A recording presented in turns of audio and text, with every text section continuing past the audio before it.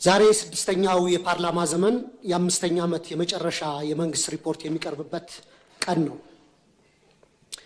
ላለፉት 5 ዓመታት ገዢው ፓርቲ የሚያጸድቃቸውን ህጎችና ፖሊሲዎች በጭፍን ሳልደግፍና በጭፍን ሳልቃወም ህዝባችን የሚገረፍበትን አለንጋ ያየሁ ድምጼን ሳላጠፋ የመንግስት አሰራሮችን ያለማወላወል ስተች እንዲሁም ለሀገሬ ይጠቅማል ያልኩትን ሐሳብ ሰነዝር ቆይቻለሁ። የዚህ የስልጣን ዘመን ትዕይንት መጋረጃ ከመዘጋቱ በፊት ግን የኢትዮጵያ ህዝብ ነባራዊ የኑሮ ሁኔታ የየዕለት ተግዳሮትና ጭንቀት እንዲሁም ይህንን አስቸጋሪ የኑሮ ሁኔታ የወለደውን የመንግስቱን መዋቅራዊ ድክመት የዚህ ዘመን የማይታበል የታሪክ እውነት አድርጌ በታሪክ ፊት ለመመስከር እወዳለሁ። ይህንንም ለማድረግ ማጠቃለያ አስተያየቴና ጥያቄ እንደሚከተለው አቀርባለሁ። 1. የ5 ዓመቱ የኢትዮጵያውያን ተግዳሮቶች። ክቡር ጠቅላይ ሚኒስትር ላለፉት 5 ዓመታት የኢትዮጵያ ህዝብ የከፈለው ዋጋ እጅግ የበዛና ከባድ ነው። እርስዎ ስልጣን ላይ ሲቀመጡ የገቡት የሰላምና የብልጽግና ቃል ኪዳን ነበር። በተግባር ግን ያየነው ተገላቢጦሹን ነው። የሰሜን ኢትዮጵያ ጦርነት ያስከተለው አስከፊ ሰብአዊ ውድመትና ጠባሳ ሳይሽር ዛሬም በአማራ፣ በኦሮሚያ፣ በጋምቤላ፣ በቤንሻንጉል ጉሙዝና በሌሎችም አካባቢዎች የሚታዩት ቀጣይነት ያላቸው ግጭቶችና ጦርነቶች፣ ብሔርና ሃይማኖት ተኮር ጥቃቶች፣ እገታዎችና አለመረጋጋቶች የዜጎችን የመኖር መብት ነፍገዋል። በቅርቡም ከትግራይና ከኤርትራ ኃይሎች ጋር የሌላ ጦርነት ስጋት አሳሳቢ ደረጃ ላይ ደርሷል። በፖለቲካው መስክም የፖለቲካ ምህዳሩ መጥበብ፣ የሀገራዊ ተቃርኖች መስፋት ወይም ፖለቲካል ፖላራይዜሽን፣ የነጻ ሲቪል ማህበራት መኮስመን፣ በጋዜጠኞችና በሚዲያዎች ላይ እገዳዎችና እክሎች ዜጎች አማራጭ ድምፅ እንዳሰሙ አፍነዋቸዋል። በርካታ የፖለቲካ እስረኞችም ህገ መንግስታዊ የፍትህ ዋስትና ተነፍገው ይገኛሉ። ይህ አጠቃላይ የሰላም የጸጥታና የፖለቲካ ውድቀት የፓርቲው የተሳሳተ ፖለቲካዊ ፍልስፍናና ብሔራዊ አንድነትን በተግባር ማምጣት ያቃተው የመደመር ትረካ መዋቅራዊ ስብራት ውጤት ነው። 2. ስልታዊና መዋቅራዊ ስህተቶች። መንግስት የችግሮቹን ስራ መሰረት ትቶ ምልክቶችን ብቻ የመቀጥቀጥና በቁጥር ጨዋታ ህዝብን የማደናገር አካሄድ እየተከተለ ነው። በተላከልን የመንግስት አፈጻጸም ሪፖርት ላይ የሀገሪቱ ኢኮኖሚ በ2018 በጀት ዓመት 10.2 እንደሚያድግ፣ የግብር ገቢ 1.5 ትሪሊዮን ብር መድረሱን፣ የሸቀጦች የወጪ ንግድ 11 ቢሊዮን ዶላር ማስገኘቱንና የውጭ ሐዋላ ፍሰት 7.7 ቢሊዮን ዶላር መድረሱ ተገልጿል። ነገር ግን እነዚህ የቁጥር ስኬቶች የዜጎች የኑሮ እውነታ ፍጹም አይወክሉም። እንዲያውም መሬት ላይ ካለው እውነታ ጋር በጽኑ ይጋጫሉ። ምክንያቱም አንደኛ የኑሮ ውድነትና የዋጋ ግሽበት ከገቢያችን ጋር አልተመጣጠነም። ሪፖርቱ እስከ ግንቦት 2018 ዓ.ም አጠቃላይ የዋጋ ግሽበት 13.4፣ የምግብ የዋጋ ግሽበት ደግሞ 15% ደርሷል ይላል። ይህን ግሽበት ለመደጎም መንግስት 379 ቢሊዮን ብር ማውጣቱ ቢገለጽም በተግባር ግን ባለፉት ዓመታት የተተገበረው የማክሮ ኢኮኖሚ ማሻሻያ ዝቅተኛውን የማህበረሰብ ክፍል ለከፋ ድህነት በዳረገበት ሁኔታ ላይ እንገኛለን። ማሻሻያውን ተከትሎ የመጣው ሰማይ የነካ የዋጋ ግሽበት በሚሊዮኖች የሚቆጠሩ ዜጎችን የመግዛት አቅም ሙሉ በሙሉ አሳጥቷል። ይህንንም ተከትሎ ቋሚ ደሞዝ የሚከፈላቸው የመንግስትና የግል ድርጅቶች ሰራተኞች፣ ዝቅተኛ ገቢ ያላቸው የከተማ ነዋሪዎች፣ አነስተኛ ነጋዴዎች፣ አነስተኛ ይዞታ ያላቸው አርሶ አደሮችና አርብቶ አደሮች ወገኖቻችን በስውር ረሃብ ውስጥ ወድቀዋል። የቤት ኪራይ ከአብዛኛው ዜጎቻችን ወርሃዊ ገቢ በላይ ሆኗል። በአሁኑ ወቅት በሀገራችን መካከለኛ የሚባል የህብረተሰብ መደብ ጠፍቶ ጥቂት እጅግ የበለጸጉና አብዛኛው በድህነት የሚማቀቅ 2 መደቦች ሆነዋል።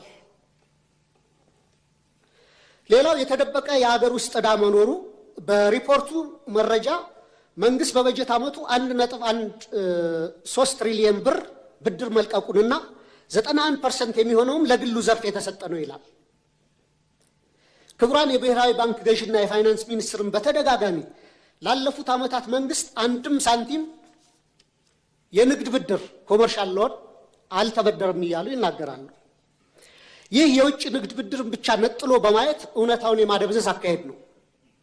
መንግስቶ በግምጃ ቤት ሰነድ እና በሀገር ውስጥ የዕዳ ዋስትናዎች አማካኝነት ከሀገር ውስጥ ባንኮችና ተቋማት በቢሊዮኖች የሚቆጠር ብር እየተበደረ መሆኑንና ይህም የሀገር ውስጥ የዕዳ ሸክምን በከፍተኛ ደረጃ እንዳናረው እና የግሉን ዘርፍ ብድር እንዳጣበበው ለምን ተደበቀ? በየጊዜው በዚሁ ፓርላማ የምናጸድቃቸው በቢሊዮኖች ዶላሮች የሚቆጠሩ የእርዳታ ብድሮች ኮንሴሽናል ሎንስ ለምን በሪፖርቱ አይካተቱ? የዕዳው ምንጭና አይነት መለወጡ ዕዳው መኖሩን ያስቀራል ወይ? ሪፖርቱ አሁንም ድረስ ከግል ዩሮ ቦንድ ባለቤቶች ጋር ያለው ድርድር ስላልተቋጨ ሀገሪቱ በከፍተኛ የዕዳ ቀውስ ውስጥ ያለች ወይም ዴት ዲስትረስ መሆኗንም ይሸሽጋል። በእርግጥ ይህን ጥያቄ ካስገባሁት በኋላ አዲስ ዴቨሎፕመንት እንዳለ በሚዲያዎች ተገልጿል። ሌላው የትምህርትና የማህበራዊ ዘርፍ መውደቅ አለ። በሪፖርቱ ላይ 26 ቢሊዮን ተማሪዎች መመዝገባቸው በስፋት ቢወራም የ12ኛ ክፍል ማጠናቀቂያ ፈተና ከወሰዱ ተማሪዎች መካከል 50% እና ከዛ በላይ ማምጣት የቻሉት 8.7% ወይም 50 ሺህ ተማሪዎች ብቻ ናቸው። ይህም የመንግስትን የትምህርት ጥራት በዋቅራዊ ኪሳራ የሚያሳይ ነው። ክቡር ጠቅላይ ሚኒስትር 8.7% የማለፍ ምጣኔ በየትኛውም ዓለም ታይቶ የማይታወቅ ወይም 92% የመውደቅ ምጣኔ ከፍተኛ የትውልድ ብክነት ወይም ጀነሬሽናል ካታስትሮፊ ነው። እኔ የህይወቴን ግማሽ ጊዜ በማስተማር ነው ያሳለፉት በተለያዩ ደረጃዎችና ኮመንሊ የሚባል አባባል አለ። መምህሩ ፈተና አውጥቶ ተማሪዎችን ማሳለፍ ካልቻለና ከወደቁ የወደቀው መምህሩ ነው የሚል ኮመን አባባል አለ በእኛ በአስተማሪዎች ዘንድና ይህን ያክል 92% የመውደቅ ምጣኔ ካለ እኔ ወድቋል ብዬ ማስበው ትምህርት ሚኒስቴር ነው።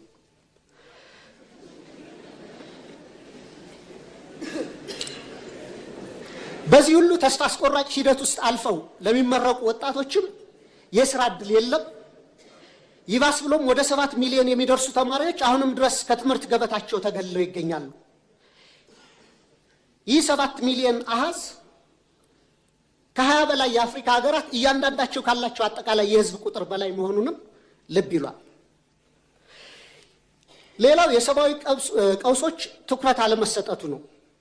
መንግስቱ የመረጃ ማጥራት ስራ ሰርቻለሁ በሚል ሰበብ የሰብአዊ ድጋፍ ፈላጊዎች ቁጥር ከ27 ሚሊዮን ወደ 2.3 ሚሊዮን ወርዷል ይላል።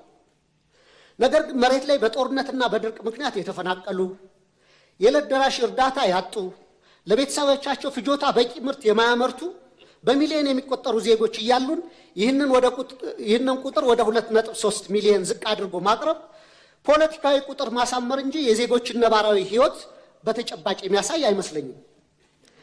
እንደ WFP ፋኦ ፋሚሊ ኢርሊ ዋርኒንግ ኔትወርክ የሚያስቀምጡት ዝቅተኛ ግምት ከ15.8 እስከ 21.4 ሚሊዮን ኢትዮጵያ ከፍተኛ የምግብ እጥረት ውስጥ እንደሚገኙ ነው።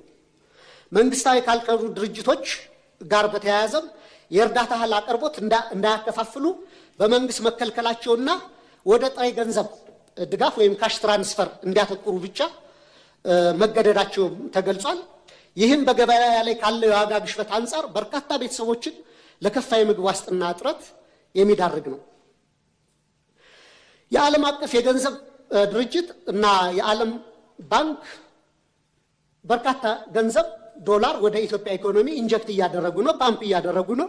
ይህ መግባቱን ተከትሎ ደግሞ የመጣው ጊዜያዊ የማክሮ ኢኮኖሚ መረጋጋት ታይቷል። እሱ ጥሩ ነው። የፎሬን ከረንሲ ሪዘርቭ ማደጉ የማክሮ ኢኮኖሚ አመላካቾችም በተወሰነ ደረጃ መረጋጋት ማሳየታቸው መልካም ጅማሮ ቢሆንም የተገኘው ለውጥ የኢትዮጵያውያንን ህይወት በተግባር ካልቀየረ ዘላቂ ትርጉም አይኖረውም። የችግሮቻችን ስረ መሰረት ችላ በማለት በጊዜያዊ ማስታገሻዎችና በፎሬክስ ክምችት እድገት ትረካ ብቻ ሀገር ረጅም መንገድ መውሰድ የምንችል አይመስለኝም። 3 የመፍትሄ ሐሳቦች። ክቡር ጠቅላይ ሚኒስትር፣ እኔ በተደጋጋሚ ለማሳየት እንደሞከርኩት ለሀገራችን ዘላቂ ሰላምና መረጋጋት፣ ብሔራዊ ደህንነትና ልማት የሚከተሉት 3 መፍትሄዎች ዛሬን በመጨረሻ ቀን ደጋግሜ ማቅረብ እፈልጋለሁ። 1. እውነተኛ ብሔራዊ ውይይትና የፖለቲካል መፍትሄ ፖለቲካል ሴትልመንት መድረስ አለብን። በብሔራዊ ምክክር አጀንዳ ማሰባሰብ ሂደት ከ200 ሺህ በላይ ዜጎች ተሳትፈውባታል የተባለለት ሂደት ሐምሌ 2008 ጀምሮ ሀገራዊ ምክክር ጉባኤው እንደሚካሄድ ተገልጿል። ይህንን አንደኛ ከመንግስት የፖለቲካ ተጽዕኖ ሙሉ በሙሉ ነፃ ማድረግ፣ ሁለተኛ አሁንም ተቻኩለን ሂደቱን ለመጨረስ ከምንሯሯጥ ይልቅ ሁሉንም የታጠቁና ያልታጠቁ የፖለቲካ ኃይሎችን ያካተተ እውነተኛ የምክክር ሂደት ማድረግ ያስፈልጋል ብዬ አስባለሁ። ሀገራችን እግር ከወርች አስረው የያዟትን የፖለቲካ ቅራኔዎች በዘላቂነት ለመፍታት ወደ ነፃና ፍትሃዊ የሽግግር ሂደት ትራንዚሽናል ጀስቲስ ሂደት ማምራትና ሁሉን አቀፍ ሀገራዊ እርቅ ማውረድ ብቸኛው መውጫ መንገዳችን ነው። የታጠቁ ኃይሎች ውጊያ በቀጠሉበት ሁኔታ የሚካሄድ የምክክር ሂደቱ በተጠናቀቀ ማግስት የእርስ በርስ ጦርነቱ ከቀጠለ የምክክር ሂደቱ ከፍተኛ የገንዘብና ጊዜ ባከነበት ትርጉም የለሽ ሂደት ሆኖ እንደ ማንነትና ወሰን እንዲሁም እንደ ብሔራዊ እርቀ ሰላም ኮሚሽኖች ያለ ውጤት ይበተናል። ሁለት ሁሉን አሳታፊ ህገ መንግስታዊ ማሻሻያና እውነተኛ ፌደራላዊ ስርዓት ማቆም ያስፈልጋል። ሁሉም ዜጎች እኔ ነው የሚሉት ህገ መንግስት እንዲኖረን የህገ መንግስት ማሻሻያ ማድረግ፣ ውሳኔዎችን ከአንድ ማዕከል በኃይል ከመጫን በመውጣት የክልሎችን የራስን ዕድል በራስ የማስተዳደር መብት ሙሉ በሙሉ የሚያከብር ነገር ግን ሀገራችንን ከብሔር መከፋፈል ወይም ባልካናይዜሽን የሚያወጣና ሀገራዊ እድገትን የሚያሰፍን ማዳበሪያ ፋብሪካ ማሰብ መጀመር አለብን። የፋርማሲውቲካል ኮምፕሌክስ፣ ምግብ ዘይት፣ ቴክስታይል ወዘተ እነዚህ ፋብሪካዎች ላይ መስራት ያስፈልገናል። እንደ ባቡር፣ ሀገር አቋራጭ ፍጥነት መንገዶችና የኃይል ግንባታ፣ ለመስኖ መጠጥና ለተለያዩ አገልግሎቶች የሚውሉ መልቲፐርፐስ ግድቦች፣ ዘመናዊ ግብርና፣ የመኖሪያ ቤቶች ግንባታና ለምግብ ዋስትናና ለድሆች የሚሆን ጠንካራ ማህበራዊ የደህንነት መረብ መዘርጋትም በቀጣይ ሊታሰብበት ይገባል። በመጨረሻም ጥያቄ መንግስቱ ላለፉት 5 ዓመታት ሲከተለው የቆየውን የፖለቲካ ችግሮችን በኃይል ከመፍታት ወደ ሰለጠነ የፖለቲካ ድርድር በመሻገር ሀገራዊ አቅምን የበሉትን የትጥቅ ግጭቶች በዘላቂነት ለመቋጨት ሁሉንም የታጠቁ ኃይሎች የሚጋብዝበት እውነተኛና አካታች የፖለቲካ ድርድር ለማድረግ እንዲሁም የህዝቡን መሰረታዊ ህልውናና የኑሮ ዋስትና ለማረጋገጥ የሚወስዱት በተግባር የሚለካ ግልጽ የሰላም የጊዜ ሰሌዳ ለማዘጋጀት ያለውን ቁርጠኝነት ቢያብራሩልን። የኢትዮጵያ ህዝብ በአዲሱ 2019 ዓ.ም በተግባር ላይ የሚችለው ተጨባጭ ተስፋ ምን እንደሆነም እንዲያስረዱ ጠይቃለሁ። በጣም አመሰግናለሁ።